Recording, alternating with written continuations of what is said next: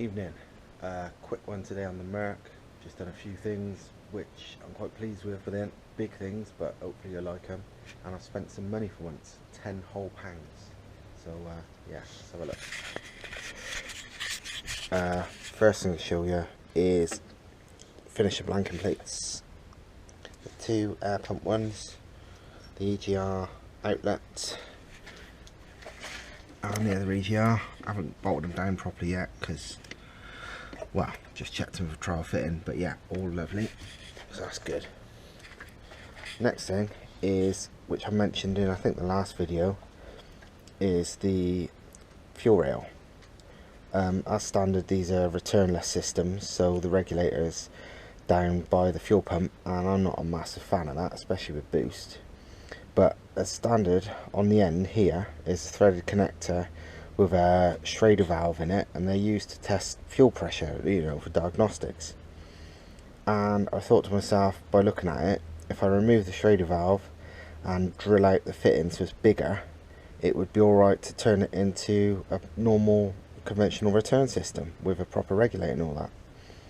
And because this car, the way I'm doing it, needs an uprated regulator and plus one of those Vortex style FMUs that up the fuel pressure more than 1 psi with boost, which is one of the ways you kind of have to budget to make these work with boost. I ideally needed the regulator in the bay rather than have to fanny about under the car by the pump where it is a standard. So yeah, I drilled this out, found this this braided line here, which if I remember right is a whole set braided oil feed line from some kind of truck, like a DAF, I think it's a DAF truck and a HY35 or something. I think this was off, but either way it's not meant to be a fuel line, but the fitting was bang on for that. At the other end is my £10 eBay special overnight parts from China fuel pressure regulator. Should work, don't have to be perfect, I'm sure it's not perfect, but it will work. And all I needed was to have an adapter between the thread on this one and the thread on the fuel rail, the fuel regulator. And again, I used an adapter I found that is, I think, that come on the Sexy Nights RX-7 when I had it. Actually, that was the fitting, something to do with the oil feed if I remember right, that went from the engine to the little HKS TO4E it had fitted. And I kept all the fittings because, well, I know shit like this comes up, and it turns out it's perfect. So yeah, now it's got a proper regulator, proper return style system. So yeah, quite pleased with that, and this cost me a tenner for that. Everything else, shit I had lying around, which I keep for reasons like this. Next thing I need to do is the throttle body.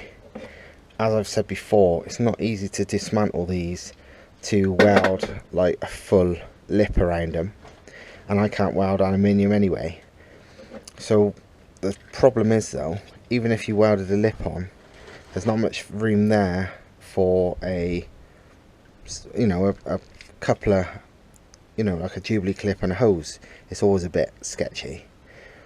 But again, looking around the shed, I found this dented old piece of aluminium offcut with a lip on it, and it turns out it's pretty much perfect. A bit long, but I cut it down. And the question is though, joining it to this, like I said, if you welded it all the way around like you would have to if you welded a lip on, it would just put so much heat into this, it would just wreck the drive-by-wire throttle body electronics that's under there. It's like a circuit board and all sorts under there, and there's no easy way of removing it, not in a way I trusted I could make it work again when I put it back together.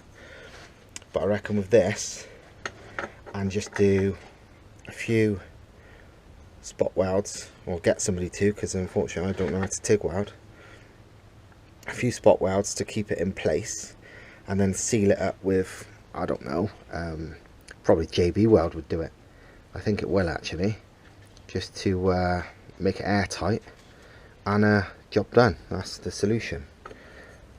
Like I said, I reckon 4, maybe 8, I don't know, it would be down to the person that knows how to TIG weld who can confirm we're not getting too hot and melting everything. But yeah, a few spot welds, and then seal it up myself with some JB Weld. You probably could, if you really wanted to, use some really good glue, JB Weld, something, and just join this on with no welding at all. But nah, I might as well get it done properly. I'm sure I can get that done for a couple of quid.